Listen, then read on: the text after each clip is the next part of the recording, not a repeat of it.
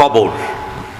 আমি একটু আগে একটা প্রতিবেদন দেখছিলাম সোশ্যাল মিডিয়াতে, যে এই পৃথিবীতে এই মুহূর্তে আপনি যদি 3 বেলা খাবার খেতে পারেন, আপনার যদি 3 বেলা খাবার থাকে, পৃথিবীর 200 কোটি মানুষের চেয়ে আপনি ভালো আছেন।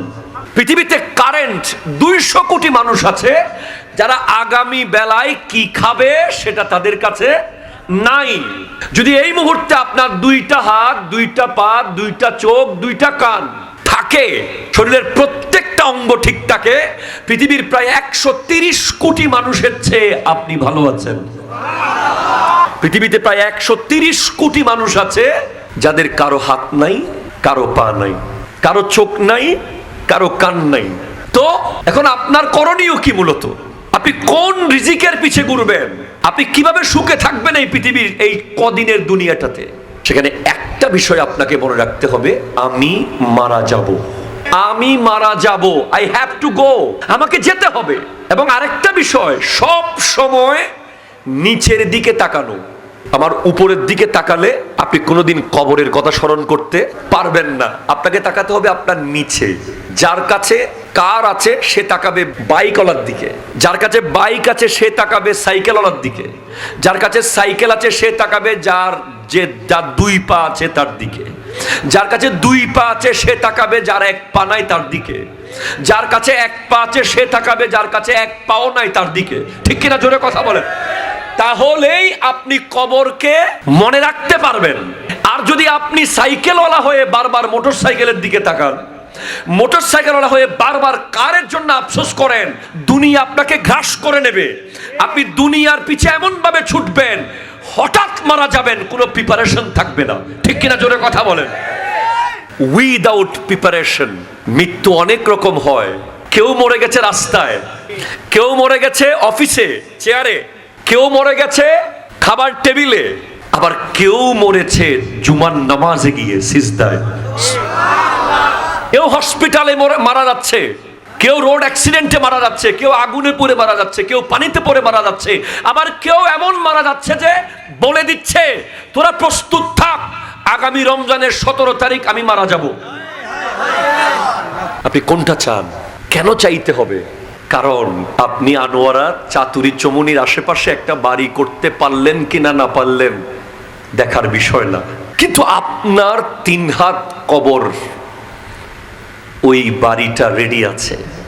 2 দিনের দুনিয়াতে কত জনের দেখা, হাসি খুশি সব ছেড়ে যেতে হবে একা, নেওয়ার জন্য আসিবে একটি কাঠের গাড়ি, সেই গাড়ির শেষ স্টেশন কবর হবে বাড়ি। কবর দেশে থাকবে না রে কোনো আলো বাতি, বাতি তোমায় নিতে হবে করিয়া সাথী। সেই কবরে জনম জনম থাকবে তুমি একা, 2 দিনের দুনিয়াতে কত জনের দেখা। সুবহানাল্লাহ জোরে বলেন। দেখুন, কোরআন আমাদেরকে অনেক ভাবে ইশারা দিয়েছে। একটা গুরুত্বপূর্ণ ইশারা হলো, the earth is not your real place, this is an station. আপনি একটা বন্দরে আছেন,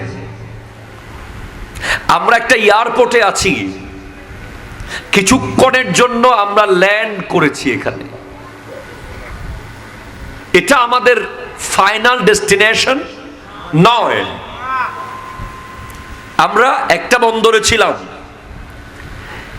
সেখান থেকে মায়ের পেটে আরেকটা বন্দরে এসেছি, সেখান থেকে পৃথিবীতে আরেকটি স্টেশন এসেছি, সেখান থেকে কবরে আরেকটি স্টেশনে যাব, সেখান থেকে হাসরে আরেক স্টেশনে যাব, সেখান থেকে ফাইনাল ডেস্টিনেশন জান্নাত অথবা জাহান্নাম। সুতরাং পৃথিবীর কোনো বোকা এয়ারপোর্টকে নিজের স্থায়ী ঘর মনে করে না, ঠিক কিনা? জোরে কথা বলেন না রে ভাই। জ্ঞানী মানুষ তো মনেই করে না, কোন বোকা মানুষও, কোন ম্যাড বা পাগলও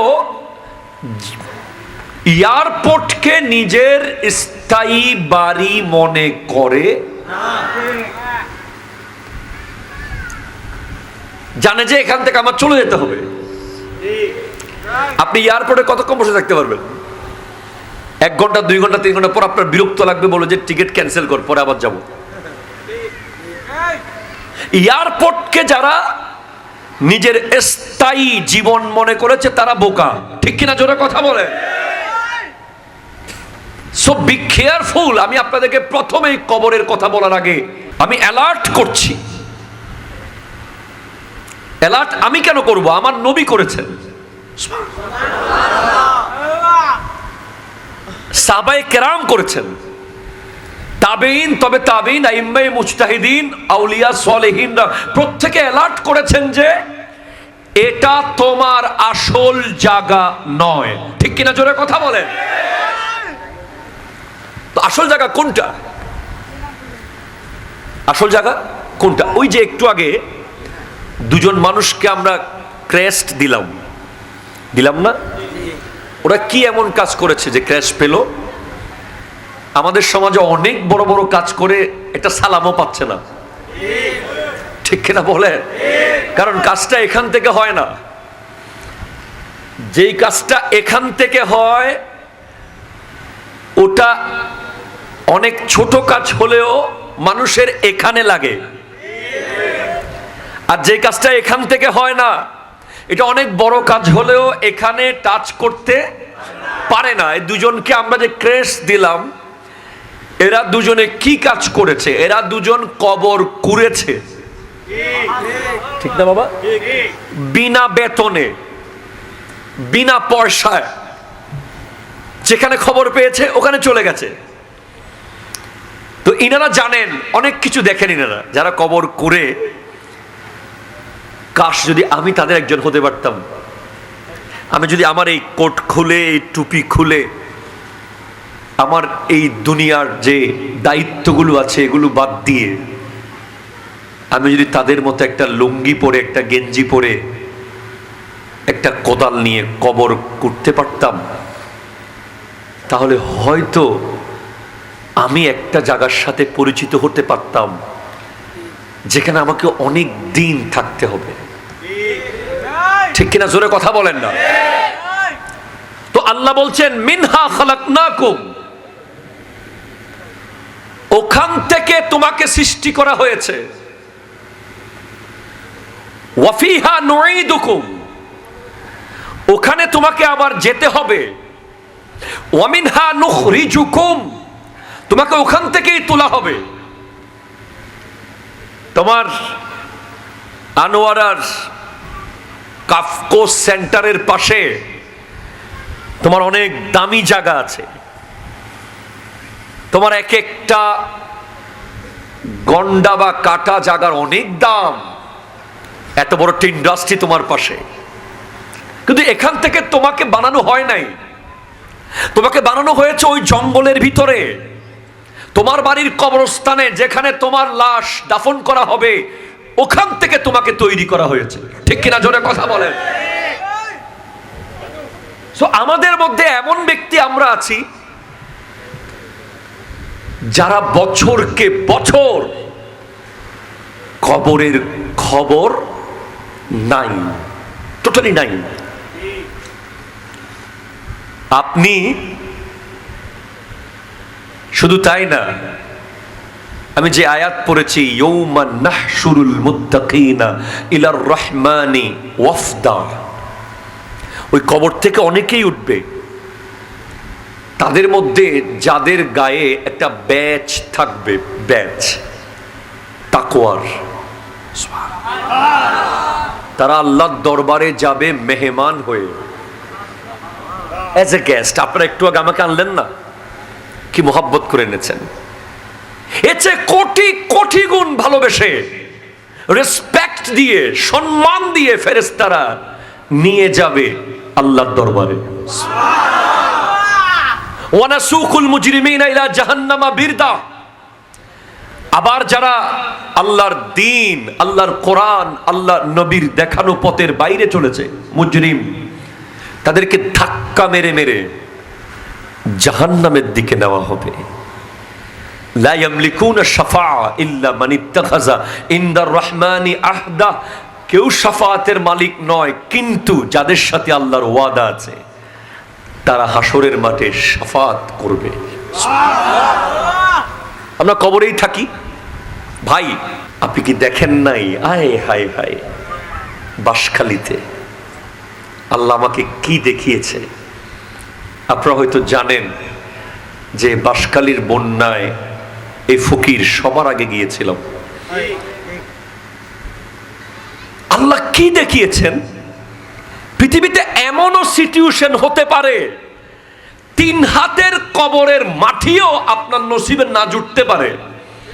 এমন সিচুয়েশন হবে যে আপনার গোটা এলাকা, আমার গোটা এলাকা এমন ভাবে ডুবে গেছে যে কোথাও কবর দেয়ার মতো জায়গা নাই। হতে পারে কি পারে না বলেন?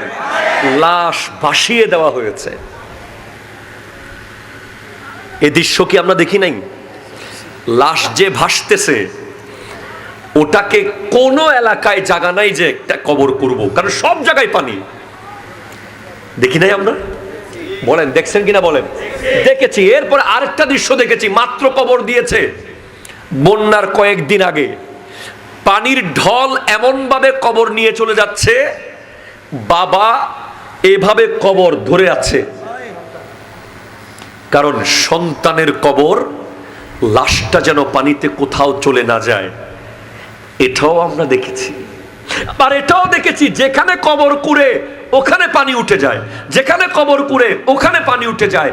3 জায়গায় কবর করেছে, প্রত্যেক জায়গায় পানি উঠে যাচ্ছে, শেষ পর্যন্ত পানির উপরে কবর দিতে হয়েছে। এটাও দেখেছি, ঠিক কিনা বলেন? আবার এটাও দেখেছি পৃথিবীর বাংলাদেশের টপ পয়সাওয়ালা, যার টাকার হিসেব এমন যে ক্যালকুলেটরে আসবে না, যার টাকা তুলে ফেললে অনেক ব্যাংক বসে যাবে, সেই রকম ব্যক্তির কবরে দেখেছি একটা ছেঁড়া কাপড় পরে আছে, একটা ভালো দেয়াল বা ভালো বেড়া নাই, কোনো মতে দিয়ে চলে এসেছে। আমি বলি, এজন্য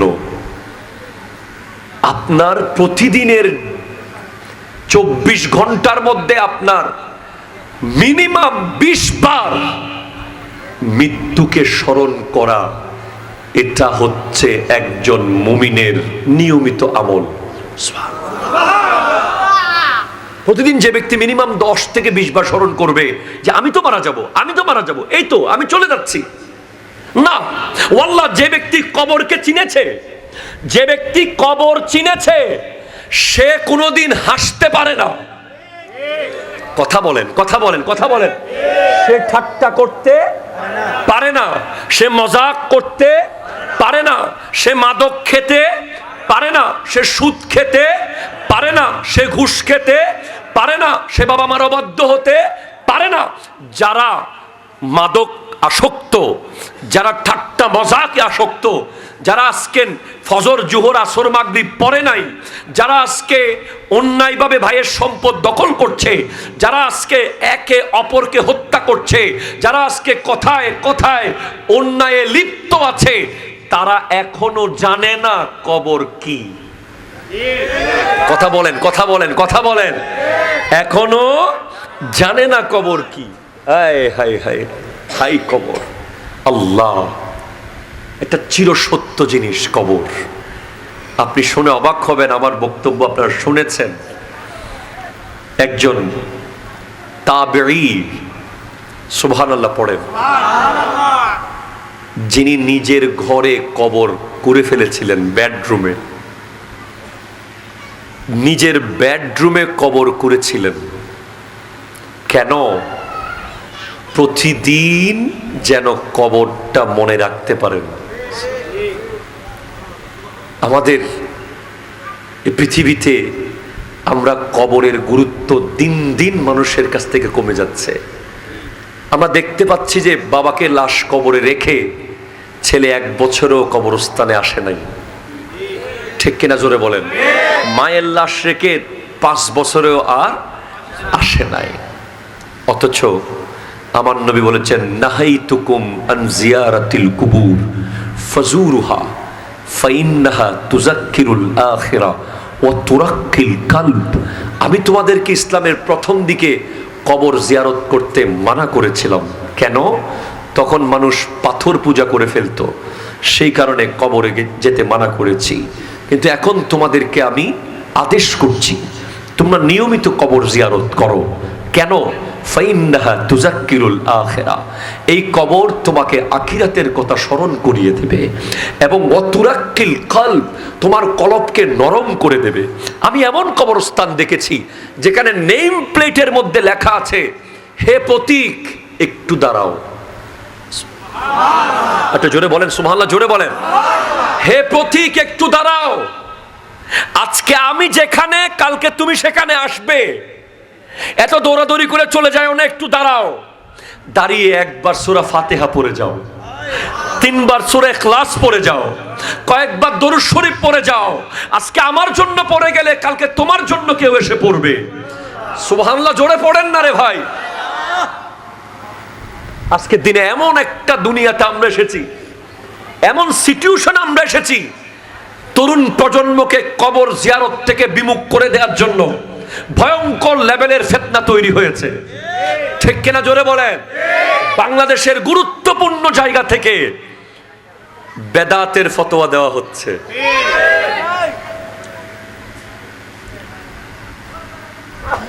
অনেকের কাছে AK-47 আছে, অনেকের কাছে MK-16 আছে, অনেকের কাছে রাইফেল আছে, আবার অনেকের কাছে 3টা শব্দ বোমা আছে। একটা হলো শিরিক, আরেকটা হলো বেদাত, আরেকটা হলো জাল, ঠিক কিনা জোরে বলেন? যখন আমাদের সাথে কোনো কিছুতে এটি আসতে পারে না, শিরিক, আর না পারলে বেদাত, আর না পারলে জাল হাদিস, ঠিক কিনা জোরে বলেন? এগুলো বলে বলে কি হলো এখন? ইটস ভেরি ইম্পর্টেন্ট ডিসকাশন এখন যেটা হচ্ছে। আপনি খেয়াল করেন, আমাদের তরুণ প্রজন্মকে বোঝানো হয়েছে কবর জিয়ারত করা বেদাত, ঠিক কিনা জোরে বলেন? আবার জিয়ারত করতে গেলে মুখটা ফিরিয়ে দিচ্ছে পশ্চিম দিকে। এরকম এখানে আছে? নাই, আসে নাই, আলহামদুলিল্লাহ। কবর জিয়ারত করতে গেলে এটাকে অনুৎসাহিত করা হচ্ছে। এক ধরনের মানুষ আমাদের বাংলাদেশে বর্তমানে দেখতেছি, যারা জানাজার পরে দোয়া করতেছে না, ঠিক কিনা জোরে বলেন? কবর জিয়ারত করার সময় মোনাজাত করলে সম্মিলিত মোনাজাতকে নাজায়েজ বলতেছে। বিভিন্ন ভাবে চাচ্ছে যে কবর থেকে প্রজন্ম দূরে থাকুক। আপনি একটা জিনিস খেয়াল করেন, যত বেশি প্রজন্ম কবরের কথা ভুলে যাবে, কবর থেকে দূরে থাকবে, তত বেশি প্রজন্ম ভয়ঙ্কর রকম গুনার মধ্যে লিপ্ত হবে, ঠিক কিনা জোরে কথা বলেন? আমাদের এক উস্তাদ ক্লাসে বলেছিল, তুমি সব সময় মনে করবা তুমি কবরে আছো। একটু জোরে বলেন সুবহানাল্লাহ। আমরা আজকের মাহফিল থেকে প্রথম একটা সবক দিয়ে দিই। আপনারা কি আমার সাথে একমত হতে পারবেন যে আজকে থেকে বড় উঠানের পশ্চিম ডাকপাড়া মরহুম আলম সওদাগরের বাড়ির এই মানুষগুলো মনে করবে আমরা কবরে আছি? পারবেন? একটু হাত তুলে দেখান। যদি না পারেন হাত তুলবেন না। নারায়ে তাকবীর, নারায়ে রিসালাত, নারায়ে গাউসিয়া, আহলে সুন্নাত ওয়াল জামাত, পবিত্র ঈদ মিলাদুন নবী, জিন্দাবাদ। শায়েখ আল্লামা জাইনুল আবেদিন আল কাদেরী হুজুর কিবলা। তাহলে আজকে থেকে কি মনে করব আমরা? একটু জোরে বললে কি আসি যে আমি আপনাদেরকে আগেই বলেছি ওয়াজ করবে হাসান রাজা হুজুর। আমি ওয়াজ জানি না ভাই, আমি এমনি কিছুক্ষণ কথা বলে আপনাদেরকে জমাইতেছি। অ্যাসিস্ট্যান্ট আছে না, গাড়ির অ্যাসিস্ট্যান্ট, গাড়ি একবার সামনে নেয় একবার পিছনে, বোঝায় যে গাড়িটা যাবে। তো গাড়ি পড়ে গেলে মূল ড্রাইভার উঠে, ঠিক না ভাই? আমি সেই কাজটা করতেছি। এখন আপনি যদি কবরে আছি মনে করেন, ওয়াল্লাহে যদি সবাই এটা মনে করতে পারে, তাহলে এই এলাকা জান্নাত হয়ে যাবে। একটু জোরে বলবেন না সুবহানাল্লাহ? কেমন আছেন? এখন আপনি প্রতিদিন একটা জায়গায় যান, ওই জায়গায় গেলে আপনার মনে হবে না যে এটা অপরিচিত, ঠিক কিনা বলেন? কারণ আপনি প্রতিদিন যান যে ওই জায়গায়। আল্লামা তৈয়ব শাহ কিবলা রহমতুল্লাহ আলাই, আপনার নাম শুনেছেন, হুজুর আল্লামা সৈয়দ মোহাম্মদ তৈয়ব শাহ রহমতুল্লাহ আলাই জস্টে জুলুসের প্রতিষ্ঠাতা। উনি বলেছিলেন যে যখন তুমি কঠিন অন্ধকারে নিমজ্জিত হবে, দুনিয়ার কোনো কিছু তোমাকে গুনাহ থেকে ফেরাতে পারবে না, কোনো ওয়াজ কাজ হবে না, কোনো মানুষের নসিহত কাজ হবে না, তখন তুমি দুইটা জায়গায় যাবে। এই দুই জায়গায় ঠিকভাবে যেতে পারলে তুমি হেদায়েত হয়ে যাবে। একটা হলো হাসপাতালের আইসিইউ, আর একটা হলো কবরস্থান, ঠিক কিনা? জোরে কথা বলেন। আমি দু একদিন আগে চট্টগ্রাম মেডিকেলে গিয়েছিলাম একটা রোগী দেখার জন্য। আয় হাই হাই হাই ভাই, আল্লাহর কাছে দোয়া করেছি ওখানে দাঁড়িয়ে যে আল্লাহ আমার কোনো প্রিয়জনকে এখানে তুমি আনিও না। আমি তো একটু আগে আপনাকে বলেছি আমরা কত ভালো আছি। আপনি দেখতে পাবেন আপনার চেয়ে অনেক পাওয়ারফুল যারা এক ঘুষিতে গাছ ফেটে গেছে, যারা এক লাথিতে দেওয়াল ভেঙে গেছে, যার চোখের রাঙানিতে এলাকা সোজা হয়ে গেছে, যে রাস্তা দিয়ে গাড়ি নিয়ে গেলে গাছ কেটে ফেলতে হয়েছে, ওই রকম মানুষ একটু অক্সিজেনের জন্য কাতরাচ্ছে। যদি জিজ্ঞেস করা হয় কি চাও, কয় লাখ টাকা লাগবে? লাগবে না। কি খাবে? খাবো না। কি লাগবে? শুধু এই মেশিনটা ছাড়া একটু নিঃশ্বাস ফেলতে চাই। সিচুয়েশন। আপনি মাঝে মধ্যে যাবেন, এটা খুব জরুরি যাওয়া, কোনো রোগী না থাকুক আপনার, আপনি চট্টগ্রাম মেডিকেলের আইসিইউতে গিয়ে একটু উকি ঝুঁকি মেরে দেখবেন একজন চলে যাচ্ছে, ডাক্তার চাপ দিচ্ছে, আরেকজন যাই অবস্থায় আছে, আরেকজনকে দৌড়ে নিয়ে এসেছে, আরেকজনের লাশ বের হচ্ছে। That is situation. ওই দৃশ্য যদি আপনাকে পাল্টাতে না পারে, দুনিয়া বিমুখ করতে না পারে, আপনি রাতের 3টা বাজে আপনার ঘরে যখন কারেন্ট চলে যায়, আমার ঘরে যখন কারেন্ট চলে যায়, আধা ঘন্টা অন্ধকারে থাকতে আমরা পাগল হয়ে যাই। জেনারেটর লাগে, আইপিএস লাগে, নিজে না খেয়ে আইপিএস এর টাকা জোগাড় করি, ঠিক কিনা? জোরে কথা বলে। সেই মানুষ রাতে 3টা বাজে ওই কবরস্থানে। জাস্ট ইমাজিন প্লিজ, আমি জয়নুল আবেদিনের ওয়াজ খেয়াল করিয়েন না, জাস্ট চোখের সামনে আনেন। আমাদের ভিতরে এখানে অনেকেই আছি আমরা একা, রাত্রে ওয়াশরুমে যেতে পারি না ভয়ে, ঠিক কিনা বলেন? একা ঘরে থাকতে পারি না, এত বড় ঘর। আমার নিজেরও একা থাকতে অসুবিধা হয়, অনেক সময় বিভিন্ন কিছু দেখি, সেখানে আমি কিভাবে থাকবো? মানে আমি তো জানি না যে আমার কবরস্থানটা কোথায় হবে। আপনারা কেউ জানেন আপনার কবর কোথায় হবে? জানেন? জেনে থাকলে বলে দেন দেখি। আপনার দোকানটা কোথায় হবে আপনি জানেন, আপনার ফ্ল্যাট বাড়িটা কোথায় হবে আপনি জানেন, কিন্তু আপনার কবরটা কোন জায়গায় হবে আপনি এখনো জানেন না। এজন্য এক কবি বলছে, আমুররু আলাল মাকাবিরে কুল্লাহিনিন ওয়ালা আদরি আইয়ুল আরদে কবরি। আমি প্রতিদিন কবরস্থানের পাশ দিয়ে যাই, কিন্তু আমি এখনো জানি না আমার কবরটা কোথায় হবে, ঠিক কিনা? জোরে বলেন।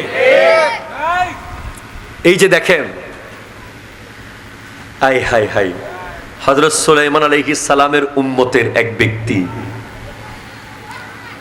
ওনার সামনে দুইটা বড় বড় চোখলা একটা লোক বারবার তাকাচ্ছে ওনার দিকে। তো উনি ভয় পেয়ে গেছেন, খুব ভয়ঙ্কর চেহারা। উনি ওই ভয় নিয়ে হযরত সুলাইমান আলাইহিস সালামের দরবারে গেলেন। বলে, হুজুর, আপনি তো বাতাসের উপরে আপনার কন্ট্রোল আছে, আপনি একটু বাতাসকে বলেন আমাকে যেন সাগরের ওই পারে পাঠায়। বলে, কেন? বলে, আমার দিকে একটা লোক তাকাচ্ছে, আমার খুব ভয় লাগতেছে। তখন হযরত সুলাইমান আলাইহিস সালাম বাতাসকে বলতেছে, বাতাস, তাকে তুমি সমুদ্রের ঠিক ওই পারে পাঠিয়ে দাও। ওই ব্যক্তি সমুদ্রের ঠিক ওই পারে যখন গেল, দেখে ওই যে লোকটা দেখে সে ভয় পাইল, সেই লোকটা সেখানে দাঁড়িয়ে আছে। তখন বলছে, কিরে ভাই, আমি আপনার ভয়ে সাগরের এই পার থেকে ওই পারে এসে গেলাম, আপনি কে? বলে, আমি আজরাইল ফেরেশতা। আমি আপনার দিকে ভয় বড় চোখ করে তাকাচ্ছিলাম, কারণ একটু পরে আপনার জান কবজ করার কথা সমুদ্রের এই পারে, আর আপনি এখনো ওই পারে, যেখান থেকে জাহাজে আসলে 1 মাসের উপরে লাগবে, সাঁতার কেটে আসলে বছরের উপর লেগে যাবে। আপনি আসবেন কখন? আমি জান কবজ করব কখন? আপনার জান তো এতটা বাজে এই জায়গায় কবজ করার কথা। বলে, আপনি জাস্ট টাইম জায়গায় চলে এসেছেন, জান কবজ হয়ে গেছে। আপনি কি জানেন কিয়ামতের একটা আলামত হচ্ছে মৌতুল ফুজা, হঠাৎ মৃত্যু। কোন সিমটম থাকবে না, কোন আলামত থাকবে না, পরিবার বুঝবেই না আপনি মারা যাবেন। আমি যে মারা যাবো পরিবার বুঝতেই পারবে না। এজন্য first of all we have to take preparation for our grave. বাড়ির জন্য ইট কিনেছি, রড কিনেছি, সিমেন্ট কিনেছি, টাইলস কিনেছি, দরজা কিনেছি, রং কিনেছি, কত মনের মাধুরী মিশিয়ে বাড়িটা বানিয়েছি, ঠিক না? কিন্তু কবরের বাড়িটার জন্য কি কি প্রস্তুতি আছে? নাই, কিচ্ছু নাই। এক একজনের কাছে দেখবেন কেউ 10,000 টাকা পাবে, কেউ 20,000 টাকা পাবে, কেউ 10 লাখ টাকা পাবে, কেউ 5 লাখ টাকা পাবে, কেউ জায়গা পাবে, কেউ দোকানের বাকি খেয়েছেন টাকা পাবে, কারো কারো গাড়ি ভাড়া দেন নাই রয়ে গেছে। এইভাবে কঠিন এক জালের মধ্যে আটকে আছেন। আজকে সিদ্ধান্ত নিতে হবে, কালকের যদি বেঁচে থাকি বোনাস, ঠিক কিনা? জোরে কথা বলেন না। এখন এখন কারেন্ট নাও, এই মুহূর্তে আপনি শুধু আনোয়ারার ভিতরে খবর নেন, অনেকে চলে যাচ্ছে। অনেকের আজকের দিনে কবর দিয়ে মাটি দিয়ে দেওয়া হয়েছে। অনেকে আজকে এশার নামাজ জীবনের শেষ নামাজ, শেষ। অনেকে আগামীকাল ফজরের নামাজ শেষ নামাজ হবে। একেবারে বাস্তব জিনিস এটা। আজকের দিনে আপনি দেখেন, আমরা একটু ক্ষমতা পেলে কি অহংকার, ঠিক কিনা? জোরে কথা বলেন না। ক্ষমতা পেলে কি অহংকার, কি পাওয়ার, কি ব্যবসা। অথচ কবর প্রতিদিন 10টা সেন্টেন্স বলে বলে ডাকে। কবরের আওয়াজ শোনার ক্ষমতা আমাদের নাই, এজন্য আল্লাহ দেন নাই। কবরের আওয়াজ এত ভয়ানক, কেউ শুনলে সাথে সাথে মারা যাবে, যে খুব ভয়ঙ্কর আওয়াজ। কবর প্রতিদিন বলে, হায় হায় হায় হায়, তুমি আমার উপরে দৌড়াদৌড়ি করছো, তাসআ আলা যাহরি ওয়া মাসিরুকা ফি বাতনি, তুমি আমার পিঠের উপরে দৌড়াচ্ছ কেন?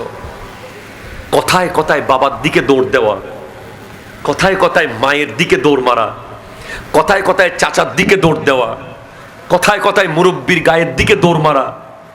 যুবক, অনেক শক্তি, অনেক বল, এখন অমুকের সাথে সম্পর্ক, অমুক এখন ক্ষমতায়। কথা জোরে বলেন না, ঠিক কিনা? জোরে বলেন। কথায় কথায় দৌড় মারছেন, কোন দিকে দৌড় দিচ্ছেন, কি দৌড় মারছেন? কার দিকে? কোথায় যাবেন দৌড়ে? আয় হায় হায় হায়, আমার আল্লাহ বলছেন ইয়াকুলুল ইনসানু ইয়াউমাইজিন আইনাল মাফার, সেদিন মানুষ বলবে কোথায় যাব? যেদিকে যায় শুধু হাসরের মাঠ দেখা যাচ্ছে, যেদিকে যায় শুধু হাসরের মাঠ। ডানে গেলে হাসরের মাঠ, বামে গেলে হাসরের মাঠ, সামনে হাসরের মাঠ, পেছনে হাসরের মাঠ। যাব কোথায়? যাওয়ার কোনো জায়গা থাকবে না। সেজন্য দৌড় মারবেন না, দৌড় মারবেন না। কবর ডাক দিয়ে বলছে তাসআ আলা যাহরি ওয়া মাসিরুকা ফি বাতানি, আমার উপরে দৌড়াদৌড়ি করছো, তোমাকে আমার পেটের ভিতরে আসতে হবে, যেখান থেকে দৌড় দেওয়া যায় না। আপনি কি দেখেন নাই দুনিয়া কি? লাশ রেখে বিয়ে বাড়িতে বিয়ে চলতেছে, ঠিক কিনা বলেন? আপনার লাশ আমার লাশ পড়ে থাকবে, বিয়ে বাড়ির বিয়ে বন্ধ হবে না, লাশ পড়ে থাকবে, আতশবাজি বন্ধ হবে না, লাশ পড়ে থাকবে, কেক কাটা বন্ধ হবে না, লাশ পড়ে থাকবে, মিষ্টি খাওয়ানো বন্ধ হবে না, লাশ পড়ে থাকবে, ফেরিওয়ালা বন্ধ হবে না, লাশ পড়ে থাকবে। আমি দেখেছি ভাই, আমি বলি প্রায় সময়, আমাকে এই বিষয়গুলো প্রায় দেওয়া হয়। আমি একজন বিশাল বড় ব্যক্তিকে দেখেছি, যার কদম পড়লে এলাকা থরথর করে কেঁপে উঠত। এমন এক ব্যক্তিকে আমি দেখেছি সিঁড়ির নিচে লাশটা পড়ে আছে, দোতলায় ঘরের উপর থেকে নতুন দিচ্ছে না, বেডশিট অপচয় হয়ে যাবে। একটা পুরাতন বেডশিট দিয়েছে, বললাম একটা নতুন বেডশিট দেন, বলে ওটা সহ ফেলে দিও। ওই বডির আর কোনো মূল্য নাই। মেশিন বন্ধ হয়ে গেছে, মেশিন এখন আর কিছু দিতে পারবে না, এতদিন দিয়েছিল তাই। মনে রাখবেন, কেউ আপনার না, দুনিয়াতে অনেকেই আপনার, কিন্তু কবরে কেউ আপনার না। নিজের ছেলে যে কবরের পারে গিয়ে জিয়ারত করবে, এই আশাটাই বাদ দেন। কথা বলতেছে না ভাই? কথা বলেন, কথা বলেন, কথা বলেন। যেই বন্ধু ডাক দিলে আপনি রাতে 3টা বাজে বাইক নিয়ে দৌড় মেরেছেন, টি শার্ট পর্যন্ত ঠিক মতো পরেন নাই, হাতে কাপড় নিয়ে দৌড় দিয়েছেন, সেই বন্ধুর আধা ঘন্টার টাইম থাকবে না আপনার কবরের মাটি দেওয়া পর্যন্ত।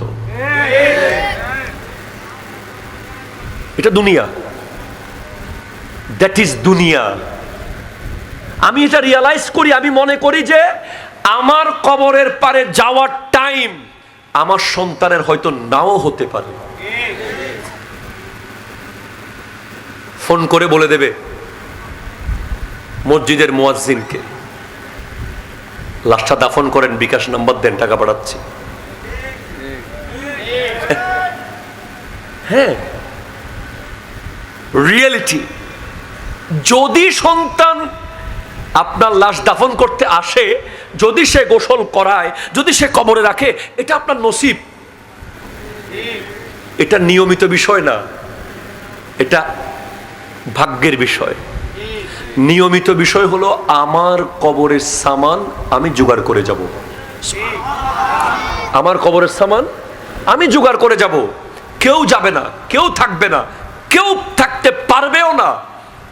আমার যুবক ভাইদেরকে আমি প্রায় সময় বলি, আজকে যেই বেগানা মেয়ের খপ্পরে পড়ে তোমার দুনিয়া শেষ করে দিচ্ছ, তোমার লেখাপড়া শেষ, তোমার লাইফের নামাজ রোজা হজ জাকাত সব শেষ, যার খপ্পরে পড়ে বাবা মার অবাধ্য হয়েছো, যার পাল্লায় পড়ে তুমি মাদক আসক্ত হয়েছো, যার কারণে তোমার হাত কেটে ফেলেছো, যাকে চুরি করে টাকা পাঠাচ্ছ, যাকে নিয়ে তুমি সারাক্ষণ অবৈধ সম্পর্কে মেতে আছো, তাকে শুধু একবার বলো, চলো আমার কবরে থাকতে পারবো আমার সাথে?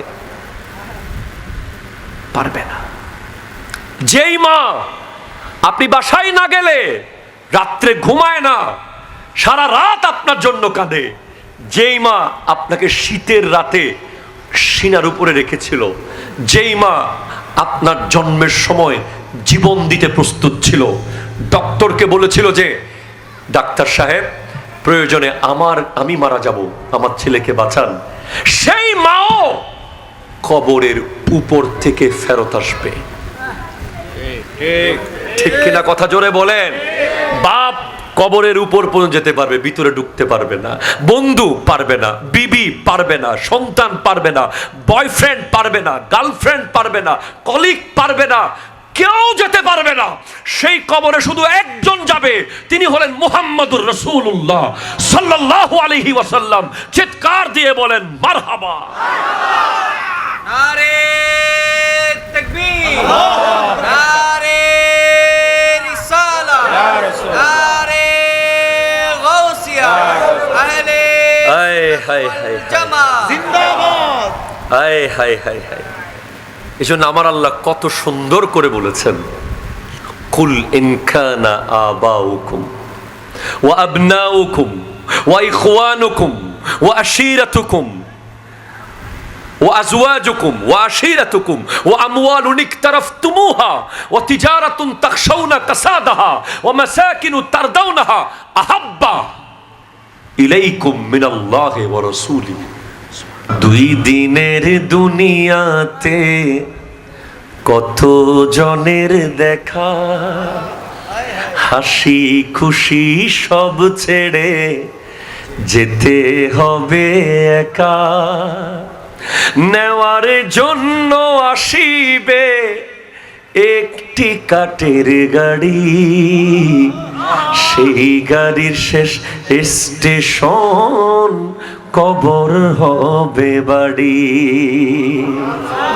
কবর দেশে থাকবে না রে কোনো আলো বাতি, বাতি তোমায় নিতে হবে করিয়া সাথী। সেই কবরে জনম জনম থাকবে তুমি একা। দুই দিনের দুনিয়াতে কত জনের দেখা। সুবহানাল্লাহ জোরে বলেন। সালাতুন ইয়া রাসূলুল্লাহ, সালামুন ইয়া হাবিবাল্লাহ, আল্লাহুম্মা সাল্লি আলা সাইয়্যিদিনা মুহাম্মাদ নাবিয়ানা শাফিয়ানা মাওলানা। একটু জোরে বলেন না সুবহানাল্লাহ। সর্বশেষ আরেকটা কঠিন কথা বলে আমি সমাধান দিয়ে দিচ্ছি প্লিজ। আচ্ছা ধরেন আমাদের এখানে কোনো সাহসী মানুষ আছে যে একটা গোকরা সাপ বিষাক্ত সাথে নিয়ে রাত্রে ঘুমাতে পারবে? থাকলে একটু হাত তুলেন। উনি বলতেছেন দোরা সাপ নিয়ে ঘুমাইতে পারবো না, গোকরা করতে গিয়ে নিয়ে ঘুমাবো। জাস্ট একটু ইমাজিনেশনে আনেন বিষয়টা, যে একটা সাপ যদি আমাদের ঘরের বেডরুমে ঢুকে, গোটা রাত কি সেটাকে মারা ছাড়া ঘুমাইতে পারবো? যতক্ষণ নিশ্চিত হই না যে সেটা বাইরে গেছে, ততক্ষণ কোনোভাবেই 10টা ঘুমের ওষুধ খাইলেও ঘুম আসবে না। অথচ রুমটা অনেক বড়, ইরফান রুমটা অনেক বড়, আপনি সাপটার সাথে অনেকক্ষণ দৌড়াদৌড়ি করতে পারবেন। সে এদিকে আসলে আপনি ওদিকে যাবেন, ওদিকে আসলে এদিকে যাবেন, খাটের এই পাশ থেকে এই পাশ, এই পাশ থেকে ওই পাশ, তার সাথে আপনি এইভাবে পুরো রাত দিন কাটাতে পারবেন। কিন্তু জায়গা থাকতে হবে, ঠিক কিনা বলেন না? কবরে তো যদি একটা সাপ, অনলি একটা, শুধু একটা সাপ যদি কবরের সাথে দিয়ে দেওয়া হয়, এদিক থেকে এদিকে ফিরার জায়গা হতো নাই। উঠে দৌড় দিবেন তো প্রশ্নই আসে না। জাস্ট ভাবেন, সেখানে আল্লামা জালালউদ্দিন সুয়ুতি রাহমাতুল্লাহ লেখা শরহুস সুদূর আহওয়ালিল মওত ফিল কুবুর কিতাব এসেছে 99 তিন্নিনান, 99টা সাপ থাকবে একটা কবরে। 99 স্নেকস। ভাই 99টা সাপ যদি কবরে থাকে, ওই কবরে আর জায়গা আছে কোনো? আর হাদিসে পাক এসেছে কবরের সাপগুলো আমাদের পৃথিবীর সাপের মতো না। কবরের সাপ যদি নিঃশ্বাস ফেলে এই পৃথিবীতে আর কোনোদিন কোনো গাছ উঠবে না।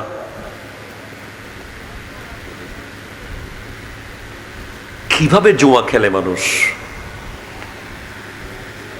কিভাবে ভাইয়ের জায়গা দখল করে বসে আছে, ঠিক কিনা কথা জোরে বলেন না। কিভাবে ছুরি মেরে মেরে ফেলেছে, কিভাবে গুলি করেছে, কিভাবে অপবাদ রটিয়েছে, ঠিক কিনা বলেন। কেউ বাঁচবে না,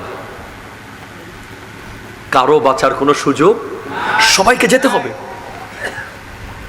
মনে রাখবেন, দুবাইয়ের ফ্লাইট মিস হয়ে যাবে, আমেরিকার বিমান শিডিউল ক্যান্সেল হয়ে যেতে পারে, ঢাকার বাস ক্যান্সেল হয়ে যেতে পারে, কবরের শিডিউল মিস নাই।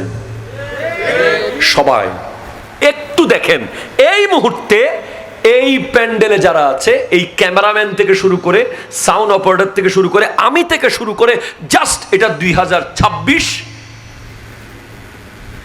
এরপরে মাত্র 2126, 100 বছর পর এখানে আমরা একজনও কিন্তু নাই। আমরা একজনও নাই। আপনি খেয়াল করেন, বুঝেন, গত 100 বছর আগের কেউ এখানে আছে? থাকলে দেখান তো, একজনকে দেখান। 1926-এর কেউ কি এখানে আছে? বেঁচে আছে? জাস্ট 100 বছর পরে এই বাচ্চা থেকে শুরু করে, পিছনের বৃদ্ধ থেকে শুরু করে, সামনের জোয়ান থেকে শুরু করে, আমরা কেউ কিন্তু নাই। নতুন বক্তা এখানে আসবে আমার জায়গায়, নতুন দর্শক এখানে থাকবে, যদি ওয়াজ মাহফিল হয় আর কি, তখন নতুন সাউন্ড অপারেটর, নতুন ক্যামেরাম্যান, আমরা সবাই মাটির নিচে। জাস্ট 100 বছর, 100 বছর যেতে এখন 100 মাসও লাগে না। আমার নবী স্পষ্ট বলেছেন, লা তাকুমুস সাআতু হাত্তা ইয়াতাকারাবাজ জামান, ততক্ষণ কিয়ামত কায়েম হবে না যতক্ষণ দিন ছোট হয়ে যাবে না। আপনি দেখেন, এখন এই বৃহস্পতিবার, এই শনিবার, এই জানুয়ারি, এই ডিসেম্বর, এই 2020, এই 2026, এই যে আমি জামিয়াতে ভর্তি হয়েছিলাম সে 2000 সালে, 26 বছর হয়ে গেছে। আজীব, কোন দিকে চলে গেছে 26 বছর। আপনি ভাবতে পারতেছেন, কল্পনায় আনতে পারতেছেন যে এই যে চলে যাচ্ছে। আমার আল্লাহ কোরআনে বলছেন, ওয়াল আসর ইন্নাল ইনসানা লাফি খুসর, যুগের কসম, মানুষ ক্ষতিগ্রস্ত। মানুষ কি ক্ষতিগ্রস্ত? বলেন না, কি গ্রস্ত? ক্ষতি। কোন ক্ষতি? আজকের দিনে সবচেয়ে বড় লুজারটা কে? এই আজকে 2026 সালের 11ই আগস্ট সবচেয়ে বড় লস কার হয়েছে? যে মাছের ব্যবসায় লস খেয়েছে তার লস হয় নাই, যে গাছের ব্যবসায় লস খেয়েছে তার লস হয় নাই, যে ফজরের নামাজ আজকে ঠিক মতো পড়তে পারে নাই, সে সবচেয়ে বড় লুজার। ঠিক কিনা জোরে কথা বলে?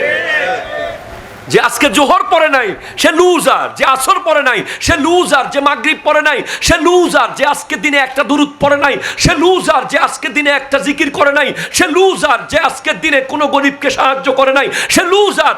সবচেয়ে লাভবানকে? যে 1 কোটি টাকা কামাইছে খাতুনগঞ্জে সে না, যে 10 কোটি টাকার মাছ বিক্রি করেছে সে না, যে 20 কোটি টাকার গাছ বিক্রি করেছে সে না, যে আজকে সকাল থেকে এখন পর্যন্ত কবরের সামান জোগাড় করতে পেরেছে সে হচ্ছে শ্রেষ্ঠ সফল।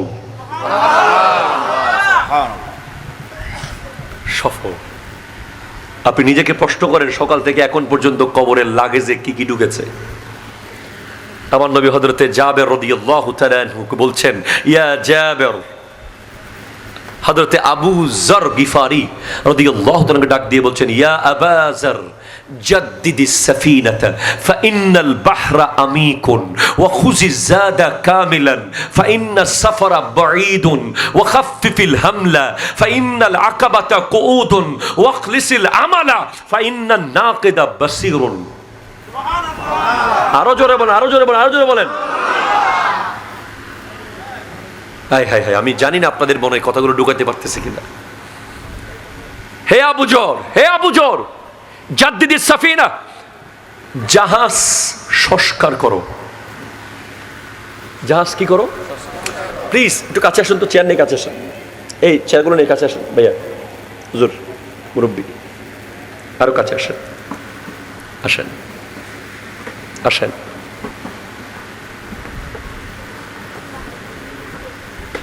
হ্যাঁ ঠিক আছে। হে আবু জর,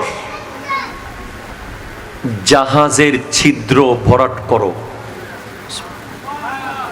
আরো জোরে বলেন ভাই, সুবহানাল্লাহ, জোরে বলেন। জাহাজে যদি ছিদ্র থাকে, সাগরে জাহাজ কি যেতে পারবে? ডুবে যাবে না? যাবে। আমার নবী বলছেন, হযরতে আবু যর গিফারি রাদিয়াল্লাহু, ইয়া আবা যর জাদ্দিদিস সাফিনা ফাইনাল বাহরা আমিকুন। আবু যর, জাহাজকে সংস্কার করো, সাগর অনেক গভীর, অনেক গভীর, অনেক গভীর। এটা কোন জাহাজ? চট্টগ্রাম বন্দরের জাহাজ না, আনোয়ারার ওই পার্কি বিচে পড়েছিল একটা জাহাজ অনেক দিন, সেই জাহাজ না, এটা টাইটানিক না, এটা ঈমানের জাহাজ। আরো জোরে বলেন, কিসের জাহাজ বলেন না বাবা? ঈমানের জাহাজ। আমরা কি হয়ে গেছি, যেখানে আমার নবীর সাহাবারা প্রতিদিন ঈমানকে নতুন করে নবায়ন করতেন, প্রতিদিন। আমার নবী বলেন, জাদ্দিদু ঈমানাকুম, তোমাদের ঈমানকে নবায়ন করো। কারণ কিয়ামতের আগে এমন দিন আসবে, সকালবেলা মুমিন হয়ে বের হবে, সন্ধ্যাবেলা কাফের হয়ে প্রবেশ করবে। সন্ধ্যাবেলা মুমিন থাকবে, সকালে কাফের হয়ে যাবে। এমন দুনিয়া এসে গেছে এখন। আমরা জানি না কোন সিচুয়েশনে আমরা দিন দিন যাচ্ছি। ফিতনা, ফিতনা, ফিতনা, ফিতনা, ভয়ঙ্কর ভয়ঙ্কর ফিতনা সামনে আসতেছে। এজন্য প্রতিদিন ঘুম থেকে উঠে লা ইলাহা ইল্লাল্লাহু মুহাম্মাদুর রাসূলুল্লাহ সাল্লাল্লাহু আলাইহি ওয়াসাল্লাম, এরপরে আবার সন্ধ্যাবেলায় আশহাদু আল্লা ইলাহা ইল্লাল্লাহু ওয়াহদাহু লা শারীকা লাহু ওয়া আশহাদু আন্না সাইয়্যিদানা মুহাম্মাদান আবদুহু ওয়া রাসূলুহু। সুবহানাল্লাহ, একটু জোরে বলেন না রে ভাই, সুবহানাল্লাহ। যদি কবরে শান্তি চান, আজকে থেকে আমি আমল দিচ্ছি। প্রথম, the first work of you, homework, daily সকাল বিকাল 2 বার কলমা পড়বেন। বলতেছে না পারবেন? বলবেন, পারবেন? জোরে বলেন, পারবেন? সকালে একবার, সন্ধ্যায় একবার, সকালে একবার, সন্ধ্যায় একবার। কোন সময় অফিসে আপনি ঈমান দিয়ে দিয়েছেন? কোথায় চার দোকানে একটা কথা বলতে গিয়ে ঈমান চলে গেছে, কাকে গালি দিতে গিয়ে ঈমান চলে গেছে, আপনি বুঝতেই পারেন নাই। এমন সিচুয়েশন এসে গেছে। সকালে একবার, সন্ধ্যা কালিমা নবায়ন। এটা হলো ঈমানের জাহাজকে সংস্কার করে রাখা, যাতে জাহাজটা কি হয়ে না যায়, ডুবে না যায়। কারণ জাহাজটা দিয়ে কোথায় যেতে হবে আপনাকে? বঙ্গোপসাগর না, কবর থেকে হাসর, কবর থেকে হাসরের এই রোড আপনি পাড়ি দিবেন ঈমানের জাহাজ দিয়ে। আরো জোরে বলেন সুবহানাল্লাহ। এরপর আমার নবী বলছেন, ওয়া খুযিজ যাদা কামিলান, ভেরি ইম্পর্টেন্ট, সামান ভালো করে নিয়ে নিও। তোমাকে ঢাকা যাওয়ার জন্য 1 ঘন্টা টাইম দেওয়া হয়েছিল রেডি হওয়ার জন্য। তুমি ঢাকার গাড়িতে ওঠার আগে ছোট্ট ব্যাগের ভিতরে চার্জার, গামছা, লুঙ্গি, ছোট পানির বোতল, টুথপেস্ট, ব্রাশ সব নিয়ে নিয়েছো, কোনো কিছু মিস হয়নি। তোমাকে দুবাই যাওয়ার জন্য 7 দিন টাইম দেওয়া হয়েছে। 7 দিনের ভিতরে টিকিট, ভিসা, পাসপোর্ট, কারেন্সি সব রেডি হয়ে গেছো। আর আল্লাহর সামনে যাওয়ার জন্য তো 90 বছর টাইম দেওয়া হয়েছে। আরো জোরে বলেন না রে ভাই, 60 বছর দেওয়া হয়েছে, 70 বছর দেওয়া হয়েছে, 50 বছর দেওয়া হয়েছে। ঢাকা যাওয়ার জন্য 1 ঘন্টা, সব পারফেক্ট। দুবাই যাওয়ার জন্য 7 দিন, সব ওকে। আল্লাহর সামনে যাওয়ার জন্য 90 বছর, 100 বছর, 50 বছর, সব অগোছালো কেন? লাগেজ বের করতে হবে আল্লাহর সামনে। লাগেজ, নামাজের লাগেজটা বের করো, খালি। রোজার লাগেজটা বের করো, খালি। আত্মীয়তার সম্পর্কের লাগেজটা বের করো, খালি। দান সাদাকার লাগেজটা বের করো, খালি। সব লাগেজ খালি। এজন্য আমার নবী বলছেন ওয়াখুজি জাদা কামিলান, সফরের সামান ভালো করে নিয়ে নিও। আবু জর সফরের সামান ভালো করে নিয়ে নিও। কেন? চট্টগ্রাম থেকে ঢাকা গেলে পথে পথে 24 ঘন্টার হোটেল আছে, কুমিল্লা নূরজাহান আছে, সন্দু আছে, ঢাকা রোডে আরো বহু হোটেল। 24 ঘন্টা। টাকা থাকলে বিরিয়ানি খেতে পারবেন, কম থাকলে ডাল দিয়ে খেয়ে ফেলবেন, না থাকলে পানি দিয়ে চালিয়ে দিবেন। কিন্তু কবর থেকে হাসরের এই রোডে কোনো দোকান নাই যেখান থেকে একটা জিকির কিনবেন, একটা নেকামল কেনার কোনো দোকান নাই। আপনি যাওয়ার সময় 10,000 কোটি টাকা রেখে গেছেন পৃথিবীতে, ওখান থেকে একটা পয়সাও আপনার কবরে দেওয়ার সুযোগ নাই। হ্যাঁ হ্যাঁ, আপনি একটা মসজিদ বানিয়ে দিয়ে গেছেন, আপনি একটা টিউবওয়েল দিয়ে গেছেন, আপনি একটা পুকুরে ঘাট দিয়ে গেছেন, আপনি একটা এতিমের দায়িত্ব নিয়ে গেছেন, আপনি একটা ছাত্রকে হাফেজে কোরআন বানিয়ে দিয়ে গেছেন, আপনি একটা সন্তানকে আলেমে দ্বীন বানিয়ে দিয়ে গেছেন, আপনি একটা এলাকায় মানুষের চলার জন্য রাস্তা করে দিয়ে গেছেন। আপনার কবরে কারো জিয়ারতের দরকার নাই, বরং আপনার সওয়াব এত বেশি হবে যে আপনি মানুষকে দিতে পারবেন। হ্যাঁ, তবে আমি বলা যাবে না। কথা বলে না, কথা বলে না, কথা বলে না। কি বলে? আমি বলা, ওই জায়গা মসজিদের জায়গা আমাদের, বলা যাবে না। ওই মসজিদের দেওয়াল আমি দিছি, বলা যাবে না। ফ্যান আমি দিয়েছি, বলা যাবে না। খতিবের বেতনটা আমি দিই, বলা যাবে না। রাস্তাটা আমি করে দিয়েছি, বলা যাবে না। আমি বললেই শেষ, ক্লোজ, ডোর ক্লোজ। বলতে হবে আল্লাহ দিছে। কে দিছে? আমি কার? আমার চাকরি কার? বেতন কার? জীবন কার? সম্মান কার? ইজ্জত কার? নিঃশ্বাস কার? লিভার কার? কিডনি কার? চোখ কার? হাত কার? আমি কে? আমি নিজেই তো আল্লাহ। আল্লাহ কোটি কোটি লাশের ভিতর থেকে দয়া হয়েছে বলে একটাতে রু দিয়েছে।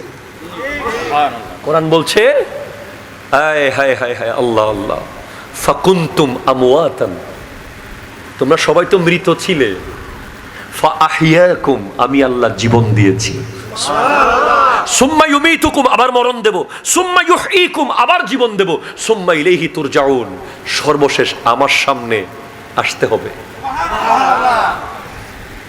অনেকে কি মনে করে জানেন? কবরে চলে গেলেই শেষ, আর মনে হয় হিসাব নাই। পৃথিবীতে অনেক নাস্তিকরা আছে, অনেক এমন ধর্মীয় বিকৃত মতবাদের মানুষ যারা মনে করে বাস মরে গেছি, সব শেষ, ক্লোজ। না না না, আল্লাহ বলছেন আয়াহসাবুল ইনসানু আল্লান নাজমা ইজামা, মানুষ কি মনে করে আমি তাকে আর একত্রিত করতে পারবো না? বালা কাদিরিনা আলা আন নুসাউবিয়া বানানা, আমি তাদের ফিঙ্গারপ্রিন্ট চিনেন তো? অফিসে দিয়ে ঢুকতে হয় না, এই যে আঙ্গুলের, বুড়া আঙ্গুলের মাথায় যে অত্যন্ত সূক্ষ্ম সূক্ষ্ম যে ড্রয়িং আছে, এটা পর্যন্ত আল্লাহ হুবহু আবার বানাবেন। আল্লাহ কোরআনে বলেছেন এটা, বালা কাদিরিনা আলা আন নুসাউবিয়া বানানা, আমি তাদের আঙ্গুলের মাথাটাকে আগের মতো করে ফেলবো। আল্লাহ পারবে। কেন জানেন? আল্লাহর এত ক্ষমতা আছে। আপনি আপনার রবকে চিনেন না, আপনি জাস্ট কখনো ভাবেন নাই যে আজকের দিনে বাংলাদেশে যদি 20 কোটি মানুষ থাকে, ধরেন 10 কোটি যদি মোবাইল ইউজ করে, 10 কোটি সিমের জন্য 10 কোটি ফিঙ্গারপ্রিন্ট দেওয়া হয়েছে। এখনো কোনো কোম্পানি বলে নাই, না রবি, না গ্রামীণ ফোন না বাংলা লিংক, কেউ বলে নাই যে দুজনের ফিঙ্গার একই হয়েছে। বলেছে? বলেন বলেছে? এই স্টেজটা কত বড়! এখানে যদি ইভেন্ট ম্যানেজমেন্টকে বলা হয় যে 100 রকম করে ডিজাইন দাও, কোনো না কোনো জায়গায় মিলে যাবে। লাইট মিলে যাবে, ফুল মিলে যাবে, কালার মিলে যাবে, মাত্র 100 ডিজাইন করতে পাগল হয়ে যাবে। সেখানে পৃথিবীতে বর্তমানে 800 কোটি মানুষের আঙ্গুলের মাথা 800 রকম। 800 কোটি মানুষের আঙ্গুলের মাথা 800 কোটি রকম। যিনি এই ছোট্ট জায়গায় আধা ইঞ্চি এই জায়গার ভিতরে 800 কোটি ডিজাইন দিতে পেরেছেন, তিনি হলেন আমার আল্লাহ।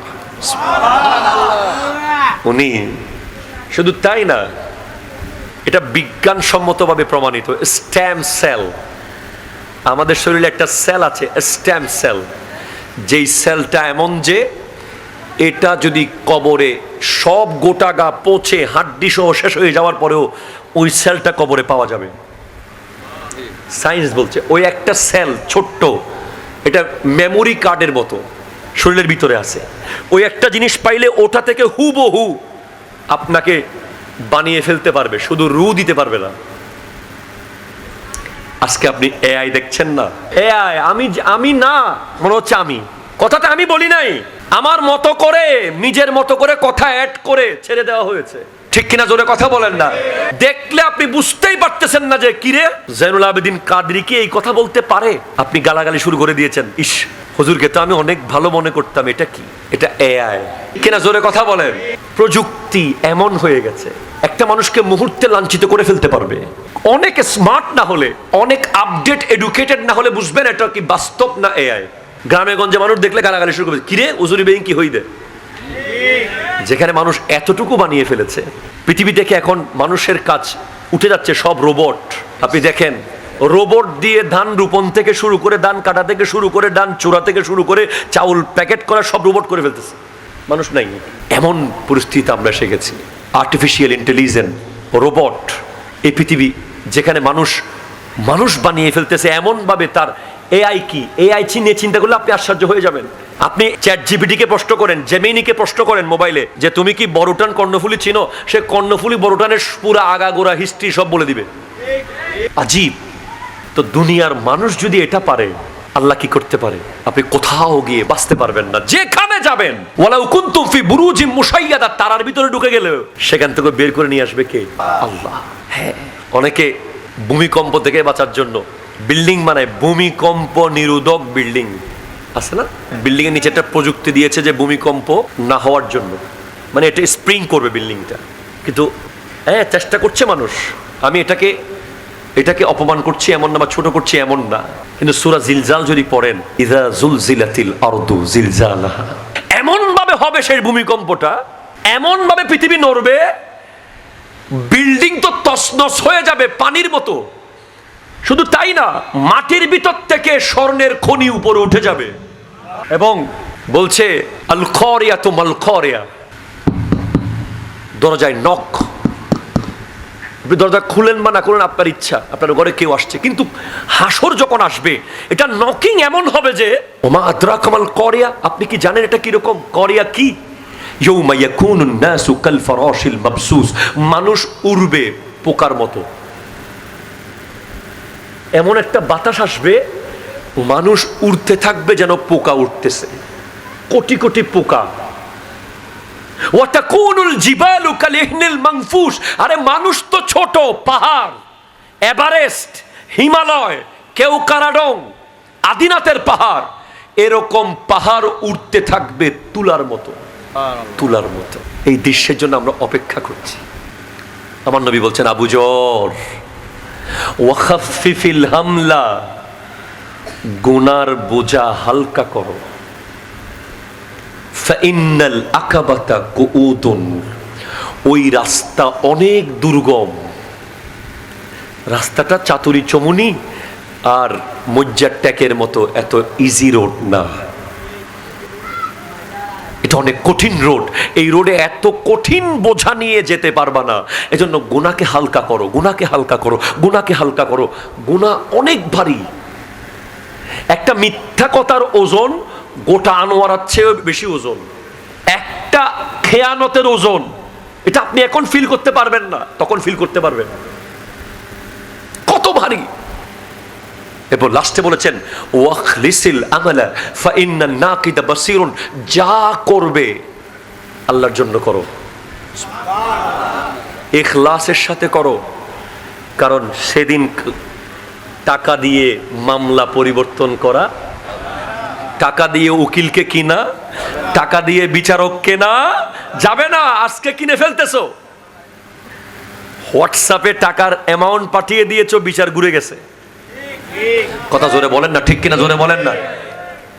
1 লাখ কত হোয়াটসঅ্যাপে আওয়াজ আসছে, টিট টিট টিট, 1 লাখ বিচার যাচ্ছে।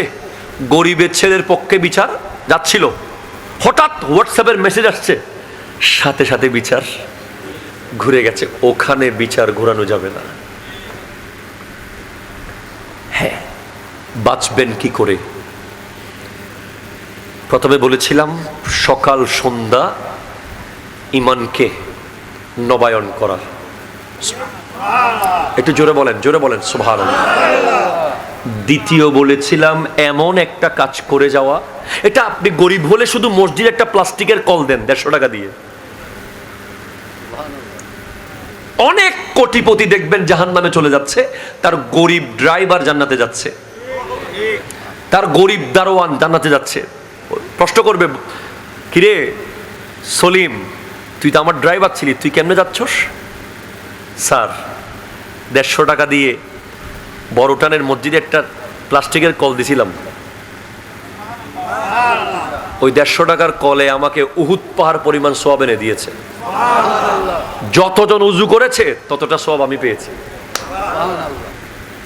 এজন্য জীবনে এমন একটা কাজ করবেন আজকে থেকে, এইম অফ লাইফ হয়ে যাক এটা। প্রত্যেকের এইম অফ লাইফ, বাড়ি বানানো, গাড়ি বানানো, এগুলো নফল এইম। একটা এমন এইম রাখেন মনে মনে, মাদ্রাসা হোক, মসজিদ হোক, এতিমখানা হোক, রাস্তা হোক, পুকুর ঘাট হোক, টিউবওয়েল হোক, এমন একটা কাজ করবেন যেটা জনম জনম আপনার কবরে সওয়াবের একটা নাশি, সওয়াবের একটা ঝর্ণা। হায় হায় হায়, আপনি চিন্তা করেন, এখানে আপনাদের মসজিদ আছে না? কোনটা সেটা? সামনে নিশ্চয়ই কেউ না কেউ জায়গা তো দিয়েছে, দিছে না? দিছে। যদি একটু ওনার কবরটা খুলে দেখা যেত, বুঝতে পারতাম উনি কেমন আছে। এমনকি আল্লাহর নবী গরিবদের কথা বিবেচনা করে বলেছেন যে চড়ুই পাখির বাসা পরিমাণ মসজিদও যদি কেউ বানায়, তার জন্য আল্লাহ জান্নাতে একটা কামরা বানিয়ে দেবে।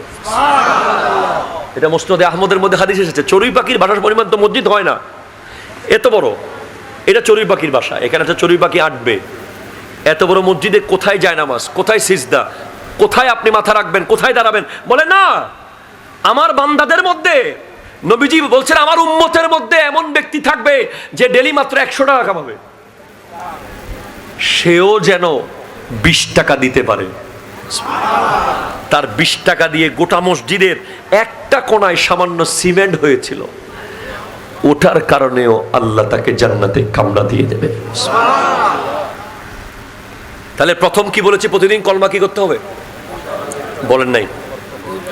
কখন কখন?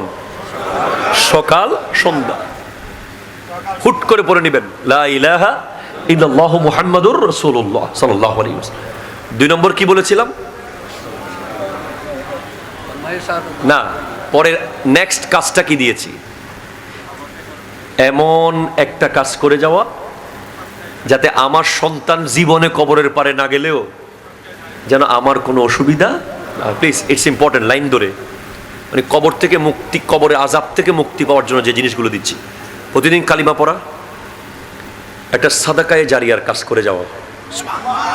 2 নম্বর কি বলে? সদকায়ে জারিয়া, এটা নেক সন্তান রেখে যেতে পারেন একজন আল্লাহওয়ালা নেককার সন্তান, অথবা ইলমের খিদমত করে যেতে পারেন, অথবা সাদকায়ে জারিয়া, মসজিদ, মাদ্রাসা, এতিমখানা, 2টা জিনিস। 3, ম্যাট্রিক পাস করেছেন কিনা ইম্পর্টেন্ট না, ইন্টার পাস করেছেন, করতে পারলে ভালো, না পারলে কবরে কোনো এটার এফেক্ট নাই।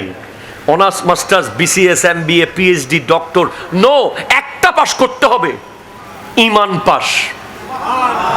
একটু জোরে বলেন না সুবহানাল্লাহ। অবশ্যই কবরে যাওয়ার আগে মুমিন হয়ে ঢুকতে হবে। কি হয়ে বলেন তো? আরো জোরে কি? আবার বলেন কি? মুমিন। কেন? কারণ আল মৌতু তুহফাতুল মুমিন, মৃত্যু হলো মুমিনের জন্য হাদিয়া। আল মৌতু রাইহানুল মুমিন, মৃত্যু হলো মুমিনের জন্য গোলাপ ফুল। ফুল। মুমিন কেমনে হয়? লম্বা দাড়ি রাখলে, বিশাল বড় জুব্বা পরলে, অনেক মাথায় টুপি দিয়ে ঘুরলে? না না না, মুমিন হয় টোটাল 8টা জিনিসের চেয়ে, মোট 9টা। কয়টা? একটু খেয়াল করেন, কয়টা জিনিস? 9টা জিনিসের চেয়ে আল্লাহ এবং তার রসুলকে যারা বেশি ভালোবাসে সে মুমিন। 1 নম্বর, ইনকানা আবাউকুম, বাবা মা,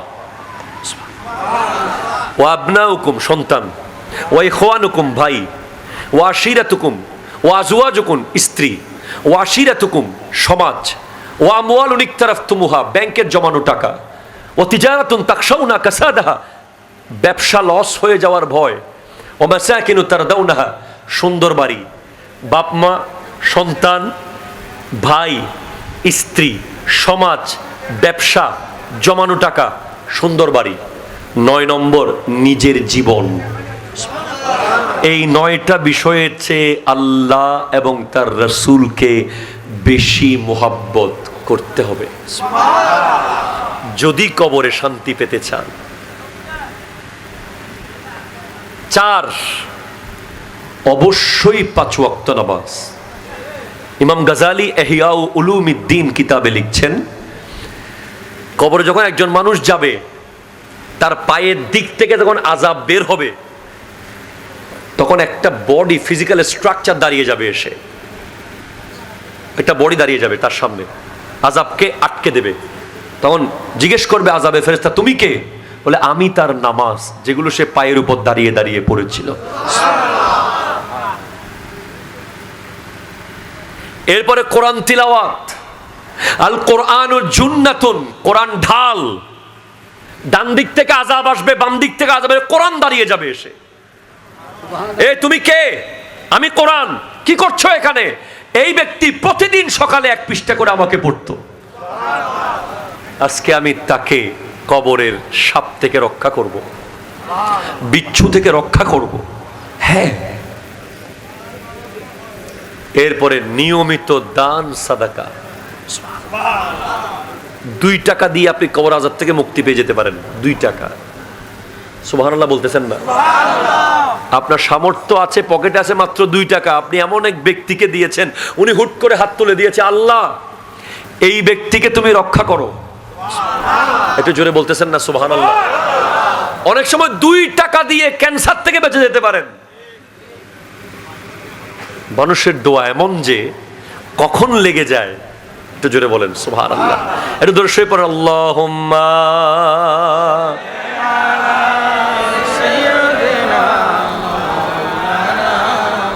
ওয়ালা আলি সাইয়্যিদিনা। একটু জোরে বলবেন না সুবহানাল্লাহ? দান সাদাকা। এরপরে সকাল সন্ধ্যা নবীর দুরুদ, দুরুদ শরীফ, দুরুদ শরীফ, দুরুদ শরীফ, দুরুদ শরীফ, দুরুদ শরীফ। এই দুরুদ শরীফ একটা কাজ হয়ে যেতে পারে, যদি আল্লাহ চায় আপনার ইন্তেকালের সময় নবীর দেখা হয়ে যেতে পারে। যদি কোনোভাবে দেখাটা হয়ে যায়, কাজ শেষ, আর কোনো টেনশন নাই। আপনি একবার ভাবেন যে আপনার ইন্তেকালের সময় নবীজি আপনার ঘরে। এটা এত সহজ না, অনেক কঠিন বিষয় নবীজিকে ঘরে আনা। এজন্য দরুদ পড়তে হবে। বিশেষ করে মাদক, সিগারেট ছাড়তে হবে। কেন? এটা থেকে দুর্গন্ধ বের হয়, ঘরের বালিশে দুর্গন্ধ, পকেটে দুর্গন্ধ, বিছানায় দুর্গন্ধ। আমার নবী আসে খুশবুওয়ালা জায়গায়। সব জায়গায় আসার ক্ষমতা দিয়েছেন কে? কিন্তু দুর্গন্ধযুক্ত জায়গায় আল্লাহ আমার নবীকে আসতে হয়তো নাও দিতে পারেন না। হাবিব, ওখানে দুর্গন্ধ, আপনি যায়েন না। এজন্য সব সময় নিজের সাথে আতর রাখবেন, খুশবু। আমার নবী পছন্দ করতেন। সুবহানাল্লাহ, জোরে পড়েন। এরপরে এ সব করার পরে যদি একটা কাজ ঠিকভাবে করতে না পারেন, সব বৃথা। বাবা মার খিদমত। আপনি নামাজও পড়েন, দান সাদকাও করেন, মসজিদও বানিয়ে দিয়েছেন, হজেও যান, সব করেন, কিন্তু বাপ মারে ভাত দেন না, আপনার এগুলো কোনো কাজে আসবে না। অনেক সময় আমরা বলি কি, আমার মা এত দোয়া করে, কই কবুল হয় না কেন, চাকরি হয় না কেন, ব্যবসা হয় না কেন? আরে ভাই, সব দোয়া এখানে কবুল হওয়ার জন্য না, কিছু কবরের জন্য রাখা হচ্ছে। একটু জোরে বলেন সুবহানাল্লাহ। এই জন্য অল টাইম এই দুইটা সম্পত্তি অনেক দামি, হাজার হাজার কোটি টাকার চেয়েও দামি সম্পদ বাপ, হাজার হাজার কোটি টাকার চেয়েও দামি সম্পদ মা। এই দুজন যার ঘরে আছে, সে চাইলেই জান্নাত আল্লাহ থেকে নিয়ে ফেলতে পারে। একটু জোরে বলেন সুবহানাল্লাহ। শেষ করে দিব আমি। নারায়ে তাকবীর, নারায়ে রিসালাত, নারা গাউসিয়া। প্রধান অতিথির আগমন। ছোট্ট দুইটা হাদিস, আমি এবারত বলার সময় নাই। আমার নবীজি ইরশাদ করছেন, যে ব্যক্তি ওয়ালা আন আমশিয়া মা আখি ফি হাজাতিন, নবীজি বলছেন, আমি যদি আমার কোনো ভাইয়ের একটা হাজত পূরণ করার জন্য সাথে যাই, একটু জোরে বলেন না সুবহানাল্লাহ। সাথে যাই, সমস্যা সমাধানের জন্য কি করি? সাথে শুধু যাই। আহাব্বু ইলাইয়া আন আ'তাকিফা হাযাল মসজিদ শাহরান, এটা আমার কাছে এই মসজিদে 1 মাস ইতিকাফ করার চেয়েও বেশি প্রিয়। সুবহানাল্লাহ। একটা মাস মসজিদে ইতিকাফ করার চেয়েও আরো বেশি প্রিয় কোন মুসলমান বান্দার একটা সমস্যা সমাধানের জন্য যদি আপনি সাথে যান। সুবহানাল্লাহ। আপনি এগুলো খেয়াল করিয়েন, ওয়াজগুলো ভুলে যায়েন না। চলো আয় সাই কিরিত্তারি, চলো আয় সাই কিরিত্তারি, বদ্দা আর ভর্তি করেন না হয় মাদ্রাসা। আচ্ছা এই চলো আয় যাই, আপনি এখনো ভর্তি করেন না, শুধু সাথে গেছেন, যে এই যাওয়াতেই আপনি 1 মাস ইতিকাফের চেয়ে বেশি সওয়াব পেয়ে গেছেন। অথচ এই ছোট্ট জিনিসটা আমরা জানি না। আমাদের একটা ফোনে অনেকের একটা গরিবের চাকরি হয়ে যায়, সে কিন্তু 1 মিনিটের ফোনটা যদি দিয়ে দিত, সে শুধু 1 মাস ইতিকাফের সওয়াব না। এরপর আমার নবী আরেক হাদিস, এটা বুখারীতে এসেছে, মান নাফাসান, যে ব্যক্তি কোন মুমিনের একটা দুঃখ দূর করবে, আল্লাহ হাসরের মাঠে তার একটা দুঃখ দূর করে দেবে। সুবহানাল্লাহ। এখানে দুঃখ কি? আপনি একটা ফোন দিয়েছেন, একটা চাকরি হয়ে গেছে। সুবহানাল্লাহ, জোরে বলেন না রে ভাই। মিডিয়ার ভাইরা যখন কাস্ট করছেন, আমি হাদিসটা একেবারে এবারত সহ বলে দিই, আমার ভাইয়েরা এটা ভালোভাবে একটু প্রচার করবেন, এটা খুব জরুরি। আমার নবীজি ইরশাদ করছেন, এটা হাদিস সহিহ বুখারী 2442 নম্বর হাদিস, মান নাফাসা আন মুমিনিন কুরবাতাম মিন কুরাবিদ দুনিয়া নাফাসাল্লাহু আনহু কুরবাতাম মিন কুরাবি ইয়াউমিল কিয়ামা। সুবহানাল্লাহ। একটু জোরে বলেন সুবহানাল্লাহ। ওমান কানা ফি হাজাতি আখিহি কানা আল্লাহু ফি হাজাতিহি, বলে যে ব্যক্তি কোন মুমিনের একটা দুঃখ কষ্ট দূর করবে, আল্লাহ কিয়ামতের দিন তার একটা দুঃখ কষ্ট দূর করে দেবে। সুবহানাল্লাহ। এখানে একটা দুঃখ কি? আপনি একটা মানুষকে ফোন করে একটা চাকরি দিয়েছেন, আপনার 1 মিনিটের ফোন খরচ হয়েছে, আর কিয়ামতের মাঠে এটার বিনিময় হয়তো এমন হবে যে আপনি পুলসিরাত পার হয়ে গেছেন। সুবহানাল্লাহ। দুনিয়ার 1000 কোটি দুঃখ এক পাল্লায় দিলে কিয়ামতের একটা দুঃখের সমান হবে? তো এখানে এই যে বন্যার সময় আমরা যারা আল্লাহর জন্য গিয়েছি, দুনিয়ার জন্য না, কার জন্য? যদি আল্লাহ আমাদের একটা দিনের যাওয়া কবুল করে, আমরা আশা করি যে সেটার বিনিময়ে আমরা হাসরের মাঠে পেয়ে যাব। সুবহানাল্লাহ। গাউসিয়া কমিটির ভাইয়েরা গিয়েছে, পেয়ে যাবে। আন-নুসরা ফাউন্ডেশন গিয়েছে, পেয়ে যাবে। আপনি গিয়েছেন, পেয়ে যাবেন। মালেক শাহ হুজুরের আশেকরা গিয়েছে, পেয়ে যাবে। সুবহানাল্লাহ, জোরে বলেন না রে ভাই। এরপরে বলছে ওমান কানা ফি হাজাতি আখিহি কানা আল্লাহু ফি হাজাতিহি, যে ব্যক্তি তার কোন ভাইয়ের প্রয়োজন পূরণে নিয়োজিত থাকবে, আল্লাহ তার প্রয়োজন পূরণে নিয়োজিত থাকবে। সুবহানাল্লাহ। আমরা কবর থেকে, কবর আযাব থেকে বাঁচার জন্য কত সহজ রাস্তা আছে আমরা জানি না সেগুলো। সর্বশেষ আমরা সিদ্দিক আকবরের চেয়ে ওনার এক সমুদ্র ইবাদতের এক ফোঁটা আমাদের গোটা পৃথিবীর মানুষের মিলে হবে না। ঠিক। যে সিদ্দিক আকবর রাদিয়াল্লাহু তাআলা আফজালুল বাশার বাদাল আম্বিয়া, উনি বলছেন যে আমি কেন মানুষ হলাম? আমি যদি গাছের পাতা হতাম আমার কোনো হিসেব থাকতো না। ঠিক। যিনি দুনিয়াতে দাঁড়িয়ে বহুবার জান্নাত নিশ্চিত করেছেন, আমার নবী বারবার যাকে বলেছেন আবু বকর ফিল জান্নাহ, সুবহানাল্লাহ। উনি বলছেন আমি কেন মানুষ হলাম? আমি যদি গাছের পাতা হতাম আমাকে আল্লাহর সামনে দাঁড়াতে হতো না। আমি যদি মুমিন বান্দার একটা লোম হতাম, অথচ উনি নিজেই শাফাত করবেন। কিন্তু কতটুকু আল্লাহর ভয় অন্তরে থাকলে এই কথা বলতে পারে? সেখানে আপনি কিভাবে মাদক খান, আপনি কিভাবে জুয়া খেলেন, আপনি কিভাবে গেম খেলেন, আমরা কিভাবে মিথ্যা বলি, আমরা কিভাবে সুদ খাই, আমরা কিভাবে ঘুষ খাই, আমরা কিভাবে অন্যায় করি, যেখানে সিদ্দিক আকবর যার পিছে আমার নবী নামাজ পড়েছেন, যিনি আমার নবীর ইমামতি করেছেন, উনি যদি বলে যে আমি কেন মানুষ হলাম, সেখানে আমরা কোথায়? আল্লাহ আমাদেরকে বোঝার তৌফিক দান করুন, আল্লাহ আমাদেরকে আমল করার তৌফিক দান করুন। আমা তৌফিকি ইল্লা বিল্লাহ ওয়া আখিরু দাওয়ানা আনিল হামদুলিল্লাহি রাব্বিল আলামিন। ওয়াসসালামু আলাইকুম ওয়া রাহমাতুল্লাহি ওয়া বারাকাতুহু। मैं तो बीमार नबी हूँ। MBN TV একটি ইসলামিক ইউটিউব চ্যানেল।